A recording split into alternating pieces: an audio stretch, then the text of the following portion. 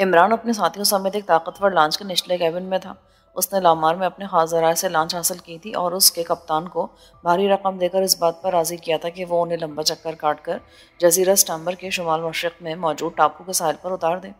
चूँकि जिस रास्ते से इमरान लॉन्च से जाना चाहता था वो रास्ता आम सफरी रास्ता ना था और उस सफ़र में उन्हें किसी बड़ी परेशानी का सामना भी करना पड़ सकता था।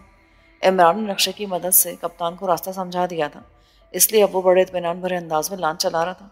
उसका नाम क्रिस था। वो अधेड़ उम्र लेकिन खासे मजबूत जिस्म का मालिक आदमी था। वो उस लॉन्च का मालिक भी था और कप्तान भी। ऊपर से चूंकि दूर दूर तक पानी नजर आ रहा था, इसलिए वो सब नीचे बैठे बातों में मसरूफ थे। इमरान साहब, अगर इस लॉन्च को चेक कर लिया गया तो? अचानक शकील ने कहा। कौन चेक करेगा? कोस्ट गार्ड्स या वहाँ साहिल पर मौजूद नेवी के लोग, या ऊपर चेकिंग करता हुआ कोई नेवी का हेली, कोई भी चेक कर सकता है। ना ये आम रास्ता है, ना ही इस रास्ते को स्मगलिंग के लिए इस्तेमाल किया जाता है, बल्कि हकीकत में सिरे से कोई रास्ता ही नहीं है। ये तो मैंने नक्शे की मदद से खुद बनाया ताकि हम किसी चक्कर में उलझे बिना बराह रास्त जजीरा तक पहुंच सके। इसलिए यू डोंट वरी, इस रास्ते पर कोई चेकिंग हो ही नहीं सकती। लेकिन जब हमने तुम्हारा ईजाद करदा मेकअप किया हुआ है जदीद, तो फिर हमें आम रास्तों से जाने में क्या रुकावट पेश आ सकती थी? आई मीन, इस कदर तवील चक्कर काटने की क्या ज़रूरत है? जूलिया ने कहा। टेरिस और एंटोनियो इंतहाई तजुर्बे का सीक्रेट एजेंट्स हैं। उनके पास मेकअप चेक करने के जदीद आलात हैं। मुमकिन है वो आम रास्तों पर किसी ऐसी मशीन से चेकिंग कर रहे हों जिससे ये मेकअप भी उन्हें धोखा ना दे सके, तो फिर हम खामखा चक्कर में उलझ जाते। लेकिन ये भी तो हो सकता है इमरान साहब कि उन्होंने पूरे जजीरे में भी चेकिंग का कोई सिस्टम लगा रखा हो। सफदर ने कहा। यकीनन होगा, लेकिन इसके बावजूद मेरा कर्नल मॉर्गन तक पहुंचना ज़रूरी है। हमें हर हाल में उस तक पहुंचना है, वही हमें माइक्रोफिल्म तक पहुंचा सकता है। लेकिन ये भी तो ज़रूरी नहीं कि फार्मूला अब तक उसी के पास ही हो सकता है उसने फार्मूला किसी लैब में भेज दिया हो या हुकूमत के हवाले कर दिया हो। ऐसी सूरत में फार्मूला अब तक न जाने कहाँ से कहाँ पहुँच चुका होगा। सालिया बोली। ऐसा हो सकता है, लेकिन कर्नल ये ज़रूर जानता होगा कि फार्मूला उसने कहाँ पहुँचाया या इस वक्त वो कहाँ मौजूद है। तो क्या हमने हेडक्वार्टर तक पहुँचने के लिए जो तगोदो की वो सब बेकार गई? तनवीर ने बुरा सा मुँह बनाया। हेडक्वार्टर में भी हमारे जाने का मकसद कर्नल मॉर्गन तक पहुँचना था। अब जबकि वो हेडक्वार्टर में नहीं है, तो फिर हमें वहाँ जाकर क्या मिलेगा? अगर हमें कर्नल मॉर्गन स्टैम्बर जजीरे पर ना मिला तो? जूलिया ने कहा। तो हमें कर्नल रॉडर्स को चेक करना होगा। वो डीएस एजेंसी का साबिक चीफ रह चुका है। वो मुसलसल मॉर्गन की तलाश में लगा रहता है। अगर वो उस तक ना पहुँच सका हो, तब भी वो इस बात की खबर ज़रूर रखता होगा कि कर्नल मॉर्गन कहाँ है। हमें स्टैम्बर जजीरे पर छोड़कर वापस जाने के बाद कप्तान क्रिस्ट ने किसी को हमारे बारे में इत्तला दे दी तो क्या होगा? सफदर ने कहा। तो इमरान समेत सब बेख्तियार चौंके। क्या होगा से तुम्हारा क्या मतलब है? क्या आप ये लॉन्च वापस भेज देंगे या क्रिस्ट यहीं रहेगा, या हम इसी लॉन्च पर वापस जाएंगे? क्रिस्ट को हमने बेहोश कर देना और फिर इसी लॉन्च में डालकर इसे किसी टापू पर छोड़ देंगे। क्योंकि हमारी वापसी भी इसी अंदाज में होगी तो मामला दुरुस्त रहेंगे, वरना शहर में तो डीएस एजेंसी के लोग हमें पागलों की तरह ढूंढते फिर रहे होंगे। जाकर मालूम करो सफदर, अब कितना फासला बाकी रह गया, क्योंकि साहिल नजर आने पर हमें ऊपर पहुंचना है। इमरान ने कहा। तो सफदर ऊपर चला गया। थोड़ी देर बाद वो वापस आया तो उसने बताया कि अभी 3 घंटों का सफ़र बाकी है। फिर 3 घंटे गुजरने के बाद क्रिस्ट ने उन्हें असखुद इत्तला दी तो वो सब ऊपर अर्शे पर आ गए। साहिल नजर आने लग गया जनाब, वो देखें। क्रिस्ट ने एक तरफ इशारा किया। कमाल है, हमें तो हर तरफ अंधेरा नजर आ रहा है। अभी आपकी आंखें अंधेरे में देखने के काबिल हो जाएंगी। बहरहाल हम आधे घंटे बाद साहिल पर पहुंच जाएंगे, लेकिन ये वीरान साहिल है और आगे इंतहाई तवील मैदानी इलाका है। आप कैसे शहर पहुंचेंगे? हमने शहर जाना होता तो इतना तवील चक्कर काट कर यहाँ क्यों आते? हमारा काम इस मैदानी इलाके तक ही महदूद है। क्रिस ने इस बात में सर हिला दिया, क्योंकि इमरान ने उसे अपने बारे में यही बताया था कि वो स्मगलर्स की एक बैनुल अक़वामी तंजीम के रुकन है और इस मैदानी इलाके में उनका खास अड्डा है। लेकिन दुश्मन तंजीमें इस अड्डे को ट्रेस करके तबाह करना चाहती हैं, इसलिए खुफिया तौर पर वो इस अंदाज में वहाँ जा रहे हैं। आपकी वापसी कब होगी जनाब? ज़्यादा से ज़्यादा 2 घंटे बाद। क्रिस ने इस बात में सर हिला दिया। फिर वाकई आधे घंटे बाद वो कटे भटे साहिल के करीब पहुँच गए। एक खास जगह पहुंचकर क्रिस ने लॉन्च को हुक कर दिया। सामान ले आओ। इमरान ने अपने साथियों से कहा। सिवाय जूलिया और सालिया के सब नीचे कैबिन की तरफ गए। तुम 2 घंटे क्या करोगे क्रिस्ट? इमरान ने पूछा। मैं रेस्ट करूंगा। मुसलसल 12 घंटे लॉन्च चलाने की वजह से मैं बेहद थक गया हूँ। इमरान ने इस बात में सर हिलाया और फिर वो अपने साथियों को लेकर साहिल पर चला गया। क्रिस्ट को बेहोश नहीं किया आपने? सफदर ने पूछा। नहीं, वो वाकई बेहद थका हुआ लग रहा था, इसलिए वो वैसे ही सुबह तक बेसुध पड़ा रहेगा। चलो आओ। वो सब आगे बढ़ने लगे। दूर दूर तक वसीम मैदान था, जिसमें सिवाय झाड़ियों और ऊंचे नीचे टीलों के कुछ ना था। आसमान पर चांद मौजूद था, इसलिए हल्की रोशनी हो रही थी। इमरान ने नाइट टेलीस्कोप आंखों पर लगाई और गौर से मैदान देखने लगा। हमें और आगे जाना होगा। फिर वो सब तेजी से आगे बढ़ते चले गए। तकरीबन 1 घंटे तक मुसलसल चलने के बाद इमरान को मैदानी इलाके में एक बड़ी और उसके इर्द गिर्द चंद छोटी इमारतों के हिफ़्फ़े नज़र आने लगे। वो रुक गया। इमारतों के आसार नज़र आ गए। मुझे यकीन है कि कर्नल मॉर्गन अगर इस जजीरे पर आया तो वो इसी इलाके में छुपा हो सकता है। मैंने सैटेलाइट नक्शे पर इस इमारत को देखा था और ये स्पॉट कर्नल मॉर्गन के लिए बेहतरीन पनाहगाह साबित हो सकता है। असलहा निकाल लो। हमने पहले अंदर बेहोश करने वाली गैस फायर करनी है और उसके बाद मजीद कार्रवाई करेंगे। सबने इस बात में सर हिला दिए। थोड़ी देर बाद वो उन इमारतों के करीब पहुंच गए। ये छोटी मोटी इमारतें थी, लेकिन उन इमारतों से हटकर शुमाल की तरफ एक काफ़ी बड़ी बिल्डिंग बनी थी जिसके गिर्द 4 दीवारी थी और फाटक लगा था।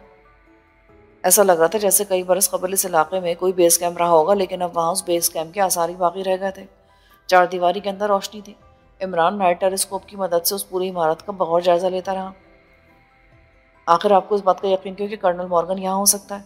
अगर वो जजीरे पर है तो फिर इस कदर वीरान इलाके में उसे आने की क्या ज़रूरत है? सफदर ने कहा, जैसा कि तुम देख रहे हो कि यहाँ बेस कैंप के आसार हैं। जब मेरे सामने स्टम्बर जजीरे का नाम आया तो मैंने ब्रूसन के पीए के ऑफिस में बैठकर नेट सर्च किया था। इस सर्चिंग से ही मुझे इन स्पॉट्स का इल्म हुआ था और जब मैंने इनकी बाकायदा तहकीक की तो मुझे पता चला कि जब यहाँ बेस कैंप था तो उस वक्त इस बेस कैंप का इंचार्ज मॉर्गन ही था। कर्नल मॉर्गन को इस जगह से बेहद लगाव था। बेस कैंप ख़त्म हो गया, लेकिन इसके बावजूद वो इस जगह आता जाता रहता था। वो जब भी यहाँ आता है इंतहाई खुफिया तरीके से आता है। इसके अलावा नेट सर्चिंग से मुझे भी पता चला कि मॉर्गन को खुद को यहाँ सबसे ज़्यादा महफूज समझता है। उसने यहाँ खुसूसी इंतजाम कर रखे हैं। अगर कोई इस इमारत पर रेड करे तो इसके बारे में उसे फ़ौरन पता चल जाता है और वह होने वाले मुमकिन हमले को साइंसी आलात से रोकने की सलाहियत भी रखता है। ब्रूसन के कहने के मुताबिक मॉर्गन किसी दूसरे मुल्क गया हुआ था, जबकि मैंने नेट पर पता किया तो मुझे कर्नल मॉर्गन के बारे में ऐसी कोई अपडेट नहीं मिली। फिर रॉडिस जिस तरह उसके पीछे यहाँ आया है, इसने भी मेरे ख्याल को तक़वियत दी कि मॉर्गन अगर यहाँ मौजूद है तो हो सकता है कि वो यहीं पर ही हो। उसके लिए यही बेहतरीन पनाहगाह है। तो फिर अब क्या प्लान है? सफदर ने पूछा। मेरा ख्याल है सब सोए होंगे या अगर कोई चेकिंग हो रही होगी तो सामने के रुख पर होगी, क्योंकि अकबी तरफ से किसी के आने का सवाल ही पैदा नहीं होता। मैं खुसूसी क्रॉस ज़ीरो आले से ग्रीन रेस ऑन कर देता हूँ। ये रेस 1 किलोमीटर के दायरे में फैल जाएंगी।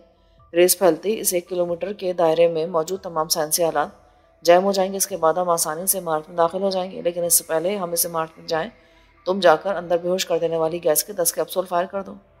सफदर आगे चला गया। वो बड़े मोहतात अंदाज में चल रहा था।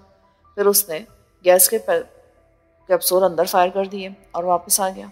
इमरान और उसके साथी कुछ फासले पर खामोश खड़े थे। सफदर के आने के बाद वो सब आगे बढ़े और फिर उन्होंने 4 दीवारी के गिर्द चक्कर लगाया। तनवीर अंदर कूदा और फाटक खोल दिया। इमरान समेत सब अंदर दाखिल हो गए। खिड़की बंद कर दो, इमरान ने कहा तो सफदर ने फाटक की खिड़की बंद कर दी। सामने 4 कमरे थे, जबकि बाहर बरामदा था और बरामदे में 2 मुसल्लह आदमी टेढ़े मेढ़े अंदाज में गिरे थे, जबकि साइड से सीढ़ियाँ ऊपर छत पे जा रही थी। उन सीढ़ियों के करीब भी एक आदमी बेहोश पड़ा था। इमरान ने पूरी इमारत का जायज़ा लिया तो एक कमरे में एक आदमी कुर्सी पर बेहोशी के हालत में मौजूद था। उसके साथ ही फर्श पर शराब की एक टूटी बोतल पड़ी थी, जबकि उसके सामने मेज़ पर एक फ़ोन था। इमरान ने रिसीवर उठाया तो उसमें टोन मौजूद थी। वो समझ गया कि ये सिक्योरिटी इंचार्ज होगा। फिर वो वापस पलटा और उसने अपने साथियों समेत उस पूरी बिल्डिंग की तलाशी लेना शुरू कर दी। उस इमारत में 2 बड़े बड़े तहखाने थे। उन तहखानों में ऐसे आसार थे जैसे उनमें पहले भारी सामान वगैरह रखा जाता था, लेकिन अब वो तहखाने खाली पड़े थे। इमरान वापस उस कमरे में आया जहाँ सिक्योरिटी इंचार्ज था। इस आदमी को कुर्सी पर रस्सी से बांध दो। सफदर ने इमरान को हुक्म की तामील की। तनवीर और सालेहा, तुम दोनों बाहर जाओ और यहाँ मौजूद तमाम अफराद का खात्मा कर दो, लेकिन फायरिंग नहीं करना, क्योंकि फायरिंग की आवाज़ दूर तक जा सकती है। उन दोनों ने इस बात में सर हिलाए और चले गए। इमरान ने जेब से लंबे मुँह वाली बोतल निकाली और उसका ढक्कन हटाकर उस आदमी की नाक से लगा दिया। कुछ ही देर बाद उस आदमी को होश आ गया। ये क्या? नाम क्या है तुम्हारा? तुम कौन हो? ये मुझे किसने बांधा है? आखिर मतलब क्या इन सब बातों का? मेरे सवाल का जवाब दो। नाम क्या है तुम्हारा? इमरान ने सर्द लहजे में कहा, डेविस। मगर तुम कौन हो? और इस तरह अचानक तुम अंदर कैसे आ गए? क्या तुम्हें किसी ने रोका नहीं?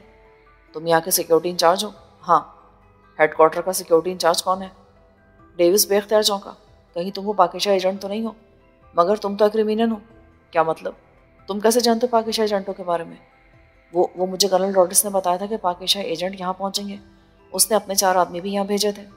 इमरान बेख्तियार चौंका। रॉडिस? क्या मतलब? मैं कर्नल रॉडिस का आदमी हूँ, वो यहाँ आया था। पूरी तफसील बताओ। पहले तुम बताओ कि तुम कौन और यहाँ कैसे आ गए, और मेरे आदमी को क्या हुआ? इमरान ने जेब से पिस्टल निकाल लिया। सुनो डेविस, तुम अभी तक इसलिए जिंदा हो कि तुम हमारे दुश्मन नहीं हो। हम तुमसे सिर्फ चंद मालूमात लेंगे। तुम्हारे सारे आदमी मार दिए गए हैं और तुम यहाँ इस वक्त अकेले जिंदा बचे हो। मुझे मत मारो, मैं बेगुनाह हूँ। मैंने तो तुम्हारा कुछ भी नहीं बिगाड़ा। मेरा तुमसे कोई ताल्लुक नहीं है। मुझे तो जुए में हारी हुई रकम उतारने के लिए भारी रकम की अशा ज़रूरत थी, इसलिए मैंने कर्नल रॉड्रिक्स का साथ दिया था। वो यहाँ कर्नल मॉर्गन के साथ आया था। और डेविस ने कहा। फिर उसने कर्नल मॉर्गन और रॉड्रिक्स के दरमियान होने वाली डील की तफसीलात बतानी शुरू कर दी, जिसे सुनकर इमरान हैरान रह गया। तो अब वो दोनों कहाँ हैं? वो दोनों यहाँ से वापस जा चुके हैं। चीफ सेक्रेटरी ने उनके लिए स्पेशल हेली भेजा था। क्या तुमने उनकी बातें खुद सुनी थी? हाँ, मैं यहीं मौजूद था। एक बार फिर तफसील बताओ मुझे, एक एक बात जो तुमने सुनी थी। सब कुछ तो मैंने बता दिया है। जो कह रहा हूँ उस पर अमल करो, वरना। डेविस सहम गया। बताता हूँ। इसे नीचे करो प्लीज़, मैं सब बता दूंगा। बोलते जाओ लेकिन झूठ मत बोलना। जैसे तुमने झूठ बोला मुझे फ़ौरन पता चल जाएगा और फिर मैंने ट्रिगर दबा देना है। डेविस एक बार फिर शुरू हो गया। उसने मॉर्गन और रॉड्रिक्स के दरमियान होने वाली बातचीत का एक एक लफ्ज़ उसे बताना शुरू कर दिया। तो डार्क स्काई एजेंसी का चीफ अब कर्नल रॉड्रिक्स को बना दिया गया है? यस। तो फिर मॉर्गन कहाँ है? उसके लिए तो ये बेहतरीन पनाह थी।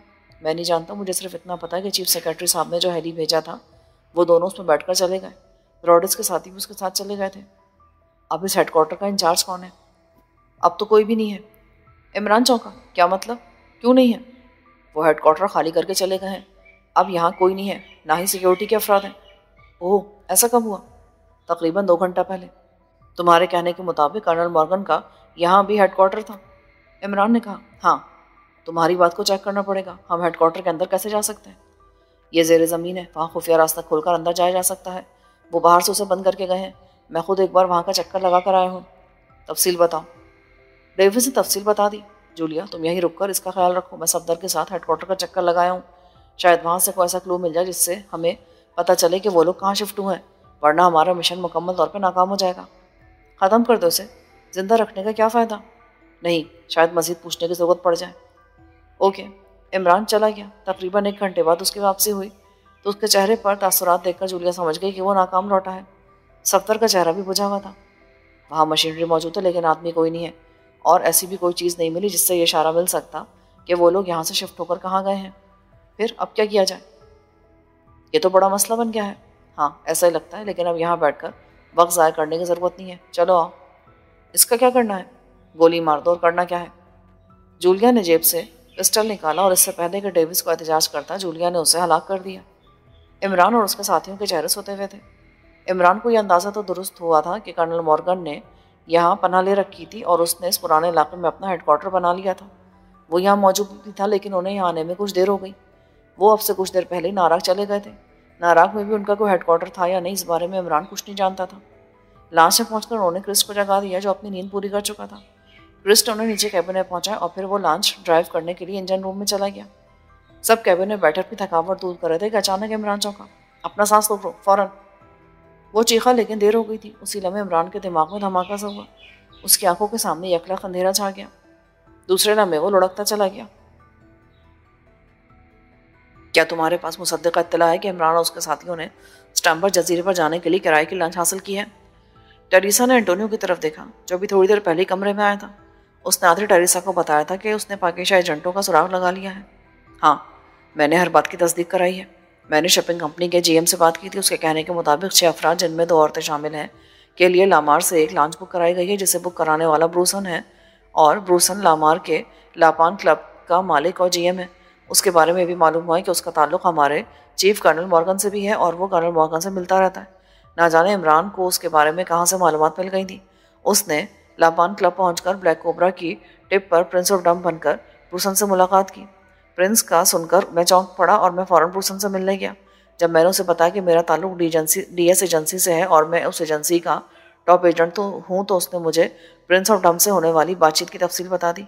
इसके बाद उसने ये भी एतराफ़ किया कि प्रिंस ऑफ डम ने जाने के बाद उसे कॉल करके एक लॉन्च बुक कराने के लिए कहा था। ओह, लेकिन ये इमरान और उसके साथी जजीरा स्टैम्बर में क्या लेने गए हैं?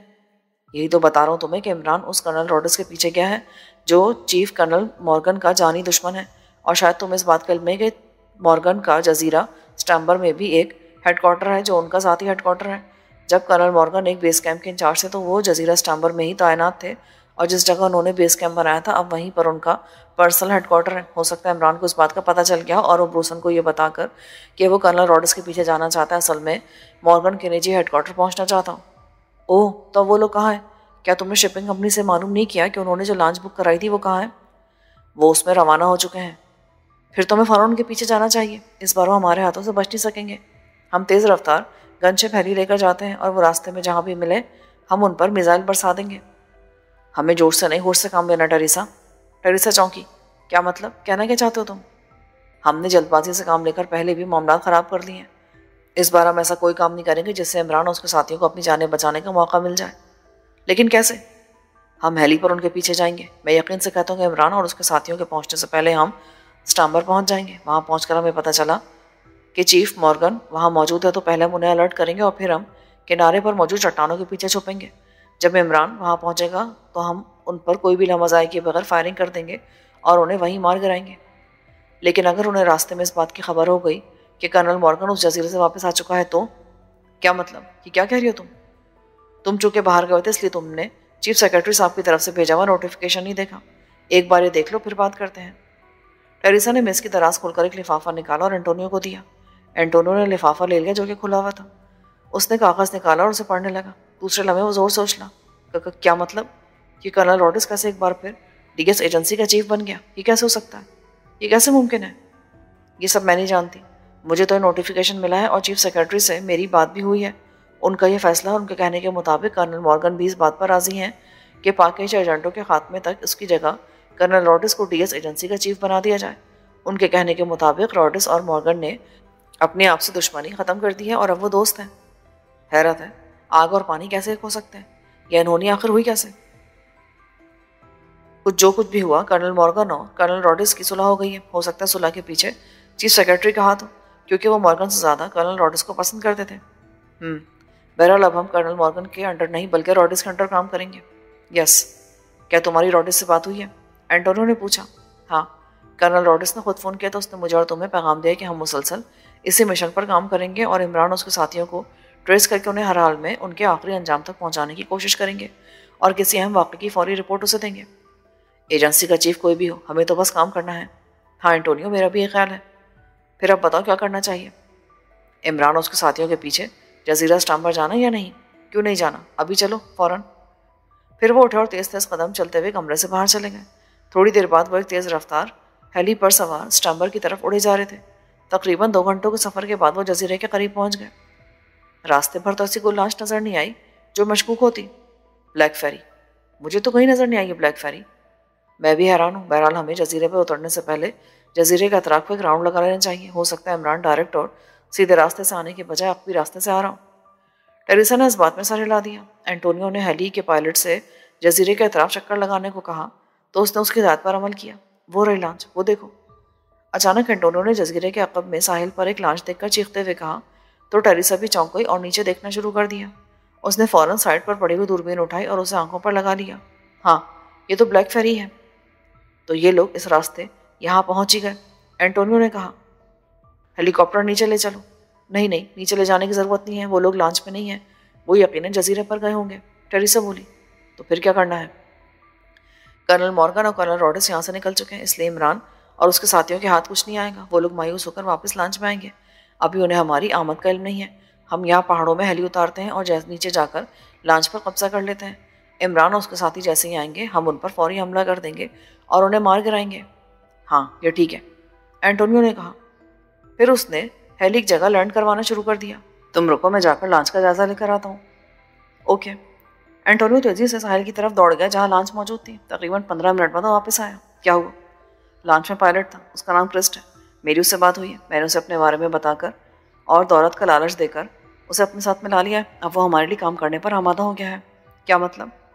उन लोगों के पास खतरनाक असला है। अगर हमने उन पर हमला करने की कोशिश की तो वो जवाबी कार्रवाई कर सकते हैं और हो सकता है कि हम दोनों उनका मुकाबला ना कर सकें। इसलिए मैंने क्रिस्ट को गैस गन दे दी है। मैंने उससे कहा है कि जैसे इमरान उसके साथी वापस आए तो वो यकीनन आराम करने के लिए किसी कैबिन में उन्हें भेज दें। जब वो कैबिन में जाएंगे तो क्रिस दरवाजे के कीहोल से गैस गन से कैबिन में गैस फायर कर दें। एक बार ये गैस उनके दिमाग तक पहुंच जाए फिर वो लाख सांस रोक लें, उन्हें बेहोश होने से कोई नहीं बचा सकता। क्या तुम्हें यकीन है कि क्रिस्ट हमारा काम कर देगा? मैंने उसे बता दी कि ये गैर मुल्की एजेंट्स हैं और अगर उसने हमारा साथ ना दिया तो उसे किसी भी वक्त और कहीं भी गोली मार दी जाएगी। लेकिन इमरान उसके साथी वापस आकर जब देखेंगे तो उसके चेहरे पर मौजूद खौफ के तासुरात देखकर वो चौंकेंगे नहीं। क्या वो क्रिस्ट को ऐसी कार्रवाई करने का मौका देंगे? मैंने उसे अच्छी तरह समझा दिया कि वो अपने जज्बात पर काबू रखे और खुद पर कोई शक ना होने दे। मुझे यकीन है कि वो हमारे लिए कारआमद साबित होगा। लेकिन हमें पता कैसे चलेगा कि उसने हमारा काम कर दिया? मैंने उसे फिक्स्ड फ्रिक्वेंसी का ट्रांसमीटर दे दिया है। वो उन्हें बेहोश करते ही इस ट्रांसमीटर पर मुझे कॉशन दे देगा। टेरेसा चुप हो गई। फिर 1 घंटे बाद एंटोनियो की जेब में मौजूद ट्रांसमीटर से बीप की आवाज़ आई। Hello hello Krister, over. Yes Antonio, attending you. आपका काम होगा जनाब, ओवर। टेरेसा और एंटोनियो की आंखें चमक उठी। वेल डन, हम आ रहे हैं, ओवर एंड ऑल। काम हो गया, चलो आओ, एंटोनियो ने कहा। और फिर वो दोनों तेजी से साहिल पर मौजूद लॉन्च की तरफ दौड़ते चले गए, जिसमें इमरान और उसके साथियों को क्रिस ने गैस से बेहोश कर दिया था।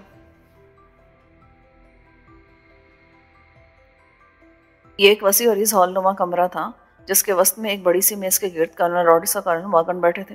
चीफ सेक्रेटरी के भेजे हुए हेली से वो वापस कोरंटो वाले हेडक्वार्टर पहुंच गए थे। कर्नल मॉर्गन ने हेडक्वार्टर का तमाम इंतजाम रॉडिस के सुपुर्द कर दिया था, और चूंकि चीफ सेक्रेटरी की तरफ से कर्नल रॉडिस की बतौर चीफ नामजदगी का बाज़ाब्ता ऐलान कर दिया गया था, इसलिए डार्क स्काई एजेंसी के हर सेक्शन और हर ग्रुप को भी इस बात से मुतला कर दिया गया था कि अब नया चीफ कर्नल रॉडिस है। कर्नल रॉडिस मॉर्गन को अपने साथ हेडक्वार्टर में ही रखना चाहता था। उसने कर्नल मॉर्गन से वादा किया था कि वो उसकी भरपूर अंदाज में हिफाजत करेगा और किसी भी सूरत में इमरान और उसके साथियों को हेडक्वार्टर के करीब भी नहीं फटकने देगा। लेकिन चीफ सेक्रेटरी ने कर्नल रॉडिस की बात से सख्त इख्तलाफ करते हुए मॉर्गन को हुक्म दिया था कि वो फौरी तौर पर इस हेडक्वार्टर को छोड़कर किसी और जगह मूव हो जाए और वहाँ नए हेडक्वार्टर का सेटअप बना लें। चीफ सेक्रेटरी का हुक्म था, इसलिए रॉडिस को उनकी बात मानना ही पड़ी। वो कर्नल को लेकर नाराग के जनूब में मौजूद अपने एक पुराने हेडक्वार्टर में पहुंच गया था। उसके हुक्म पर उसके साथियों ने इस जगह को साफ करके उसे हेडक्वार्टर की शक्ल देनी शुरू कर दी थी और ज़रूरी सामान भी पहुंचाना शुरू कर दिया था। ये इमारत भी ज़ेर ज़मीन थी, इसलिए कर्नल मॉर्गन पूरी तरह मुतमईन था कि इमरान और उसके साथी यहाँ नहीं पहुँच सकेंगे। ये टेरेसा और एंटोनियो क्या कर रहे हैं? उन्होंने अभी इत्तला नहीं दी कि पाकिस्तान एजेंट्स का क्या हुआ है।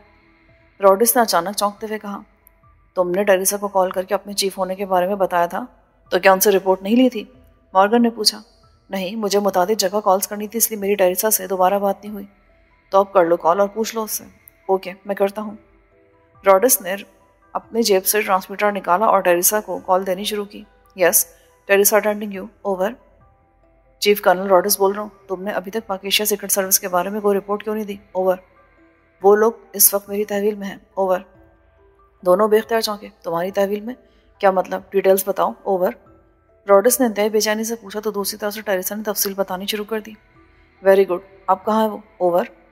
कर्नल ने खुशी से पूछा। हम उन्हें अपने साथ नाराक ले आए हैं चीफ, और वो इस वक्त हमारे सुप्रीम पॉइंट पर हैं। ये 6 अफराद पर मुश्तमिल एक ग्रुप है, जिसमें 4 मर्द और 2 औरतें हैं। ये सब बेहोश और हमने इन्हें एक तहखाने में कैद कर दिया है और इन्हें कुर्सियों पर बिठाकर रस्सियों से जकड़ दिया है। मेरे आदमी उनकी निगरानी कर रहे हैं। मेयर एंटोनियो ने हलाक करने जा रहे थे कि आपकी कॉल आ गई। ओवर। तुमने उनकी तलाशी तो ली होगी, उनसे कोई असलहा और दूसरा सामान तो नहीं मिला? ओवर। जी हाँ, उनसे भारी मकदार में असलहा मिला है। वो कर्नल मॉर्गन के खिलाफ कार्रवाई करना चाहते थे। ओवर। तो अब तक उन्हें जिंदा क्यों रखा है? गोली मार के हलाक क्यों नहीं किया? ओवर। हम उन्हें लेकर अभी थोड़ी देर पहले वापस आए चीफ। उन्हें बंधवाने के बाद हमने थोड़ी देर रेस्ट किया और अब हम उनका खात्मा करने जा ही रहे थे कि आपकी कॉल आ गई। ओवर। रुको, अभी उन्हें बेहोश रहने दो, मैं खुद वहाँ पहुँचकर उन्हें अपने हाथों से मारूंगा। ओवर। यस चीफ, लेकिन इसके लिए आपको हमारे सुप्रीम पॉइंट पर तशरीफ लाना पड़ेगी। ओवर। ओके ओके, मैं वहाँ आ रहा हूँ। Over and all. Colonel Morgan, आप भी साथ चलेंगे? यस। वो दोनों एक साथ उठ खड़े हुए। अचानक इमरान के जहन को एक जोरदार झटका लगा और इसके साथ ही उसे होश आने लगा। उसने सर उठाकर इधर उधर देखा तो उसने खुद को एक बड़े हॉलनुमा कमरे में पाया। वो कुर्सी से बंधा हुआ था और उसके साथ ही बंधे हुए बैठे थे। उनके पाँव को भी कुर्सी के पायों के साथ बांध दिया गया था। वो सिर्फ अपना सर और गर्दन के अलावा बाकी जिस्म को हरकत नहीं दे सकता था। इमरान ने गौर से बंधी हुई रस्सियों की तरफ देखा और फिर रस्सी की गांठों का मुआयना किया। उसे इस अंदाज में बांधा गया था कि उसके पैर मामूली सी हरकत भी ना कर सके। उसके जहन में अचानक एक झमाका सा हुआ। उसे ख्याल आ गया था कि इस अंदाज में मजबूती से बांधी गई रस्सी में कमजोरी होती है। अगर जिस्म को मखसूस अंदाज में हिलाया जुलाया जाए तो रस्सी की गिरफ्त कमजोर पड़ जाती है। इमरान ने गांठों को देख लिया था। अगर वो मखसूस अंदाज में जिस्म को हरकत देकर रस्सियों की गिरफ्त कमजोर कर देता तो गांठें बआसानी खुल जाती। उसने ऐसा ही करना शुरू कर दिया। रस्सी ढीली होना शुरू हो गई। इमरान को यकीन हो गया कि वो खुद को इन रस्सियों से आज़ाद करा सकता है। फिर अचानक उसने अपने अक़ब में बंधे हुए हाथों की रस्सी इस हद तक ढीली होती महसूस की कि वो आसानी से रस्सियों से अपने हाथ बाहर निकाल सकता था। उसके होठों पर मुस्कुराहट तैर गई। वो जब चाहता मामूली सी कोशिश से रिहाई हासिल कर सकता था। उस कमरे में एक आदमी मौजूद था जिसने इमरान को होश में आते देखकर उसके बाकी साथियों को भी इंजेक्शन देकर होश में लाना शुरू कर दिया था। मैंने रस्सी खोल ली इमरान साहब। सफदर ने अचानक आहिस्ता से लेकिन मखसूस मकामी कोड में कहा तो इमरान बेख्तियार चौंक पड़ा। खोल ली है? वो कैसे? ये तो बंधी हुई है। मैं काफ़ी देर से होश में हूँ और आपको आपकी कुर्सी पर मखसूस अंदाज में हरकत करते देख लिया था, इसलिए मैं समझ गया था कि आप क्या कर रहे हैं। मैंने भी वही किया और नतीजे में मेरे दोनों हाथ आज़ाद हो गए हैं।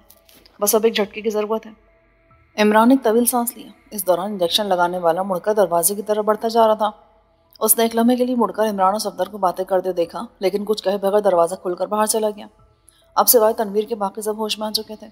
फिर तनवीर को भी होश आ गया। इमरान ने सबको मुखातिब होकर मखसूस कोड में उन्हें रस्सियों के गांठे खोलने का तरीका बता दिया और साथ ही कह दिया कि जब तक वो अपनी रस्सी न खोले कोई भी रस्सियों से आज़ाद ना हो। अचानक दरवाज़ा खुला और यके बाद दीगरे 6 अफराद अंदर दाखिल हुए। उनमें दो टेरिस और एंटोनियो थे। 2 अधेड़ उम्र और भारी जिस्म के लोग थे, जबकि उनके पीछे 2 मशीन गन बरदार मौजूद थे। अधेड़ उम्र अफराद को देखकर इमरान चौंक पड़ा, क्योंकि वो उन्हें जानता था। ये कर्नल रॉड्रिस और मॉर्गन थे। मशीन गनों से मुसल्लह आदमी दरवाजे की साइड में बड़े चौकिंदा अंदाज में खड़े थे, जबकि रॉड्रिस और मॉर्गन उनके सामने कुर्सियों पर बैठ गए। एंटोनियो और टेरेसा उनके दाएं बाएं खड़े हो गए। टेरेसा और एंटोनियो, मुझे खुशी कि तुम दोनों एक बहुत बड़ा कारनामा सर अंजाम देने में कामयाब हुए हो। इस अली इमरान को इस तरह बेबस करना वाकई कारनामा है। Good show. कर्नल रॉड्रिस ने मुस्कुराते हुए कहा तो टेरेसा और एंटोनियो के चेहरों पर मुस्कुराहट आ गई।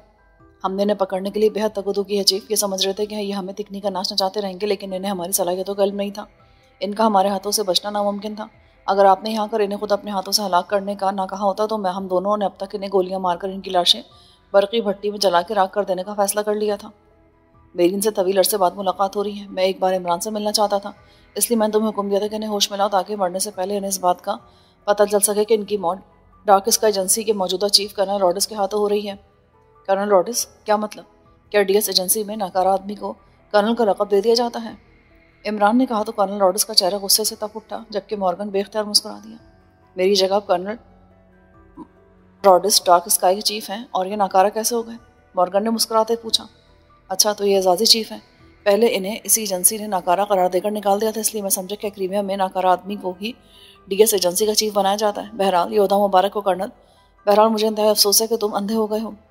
ये क्या बकवास करे हो? मैं कर्नल रॉड्रिस की वजह से खामोश हूँ, वरना तुम्हें दूसरा सांस लेने की भी इजाज़त ना देता। मॉर्गन ने गुस्से से कहा। अरे इसमें गुस्सा करने वाली क्या बात है? गुस्सा करने वाला इंसान पागल हो जाता है। क्या तुम भी पागल हो? इसकी बातों का बुरा मत बनाओ कर्नल मॉर्गन। ये इसी तरह की बेतुकी बातें करने का आदी है। मेरी से 2 बार मुलाकात हो चुकी है। बहरहाल अब असल मामला पे बात हो जानी चाहिए। मेरे पास टाइम कम है। Yes sir. मिस्टर इमरान, अब जबकि तुम खुद ही अपनी असलियत तस्लीम कर चुके हो, तो अब ये बात पूछना तो बेईमान है कि सब तुम्हारे साथी और पाकिस्तान सीक्रेट सर्विस के लोग हैं या नहीं। तुम्हारी पहली बात दुरुस्त है, अलबत्ता दूसरी गलत है। इनका ताल्लुक पाकिस्तान सीक्रेट सर्विस से नहीं है। ये सिर्फ मेरे साथी और बस। ओके, बहरहाल इन सब ने हलाक हो ही जाना है, इसलिए इन बातों से कोई फ़र्क नहीं पड़ता। हलाक हो जाना है क्या मतलब? मैं तो पहले हैरान हो रहा हूँ कि कर्नल रॉड्रिस जैसे बाउसूल आदमी ये कैसे बर्दाश्त कर रहे हैं कि इंसानों को इस तरह जानवरों की मानंद रस्सियों में जकड़ कर रखा जाए। लेकिन तुम हलाकत की बात कर रहे हो। इमरान ने गुस्से से कहा। सुनो मिस्टर अली इमरान, तुम सब क्रीमिया के कौमी मुजरिम हो। तुम अपने साथियों समेत क्रीमिया की सरकारी एजेंसी डार्क स्काई के खिलाफ कार्रवाई करने आए हो, इसलिए मैं ऐसे मुजरिमों को कोई ढील नहीं दे सकता। रॉड्रिस ने कहा। क्या आपको यकीन है कि हम मुजरिम हैं? क्यों? क्या तुमने एजेंसी के खिलाफ कार्रवाई नहीं की? हाँ, हम पाकिस्तान का BR फार्मूला लेने के लिए आए हैं, जो पाकिस्तान से गैरकानूनी तौर पर माइक्रोफिल्म में कॉपी बनाकर लाया गया है। फार्मूला हमने चोरी नहीं किया, उसे हमने बाकायदा सौदा करके ख़रीदा है, और ये काम तुम्हारे अपने मुल्क के साइंसदान ने अपनी मर्जी से किया था। उसने जुर्म किया था और जुर्म करने पर उसे तुमने मजबूर किया था। जुर्म करने वाले के साथ साथ जुर्म कराने वाला भी मुजरिम होता है। हम मुजरिम नहीं हैं। मुजरिम तुम मुझे गैरकानूनी तरीके से यहाँ आए और तुमने एजेंसी के खिलाफ काम करना शुरू कर दिया। मैं चूँकि इस मामले में डायरेक्टली मुलविस नहीं था, इसलिए मैं इस बात का फैसला कर्नल मॉर्गन, टेरेसा और एंटोनियो पर छोड़ता हूँ। ये चाहे तो तुम्हें जिंदा छोड़ दें, चाहे तो जान से मार दें। इन्होंने हमारे कई एजेंट्स को हलाक किया है, इसलिए किसी सूरत भी नरमी के मुस्तहक नहीं है। दूसरी बात है कि अगर इन्हें आज छोड़ देगा तो ये तब भी डार्क स्काई एजेंसी के खिलाफ काम करने से बाज नहीं आएंगे, इसलिए इनकी हलाकत क्रीमिया के मफाद में है। टेरेसा ने बाकायदा दलील दी। ठीक है, तुमने चूँकि इन्हें पकड़ा इसलिए तुम्हारे मुजरिम है, इसलिए आखिरी फैसला तुम ही लोग करो। रॉड्रिस ने कहा और उठकर दरवाजे की तरफ बढ़ गया।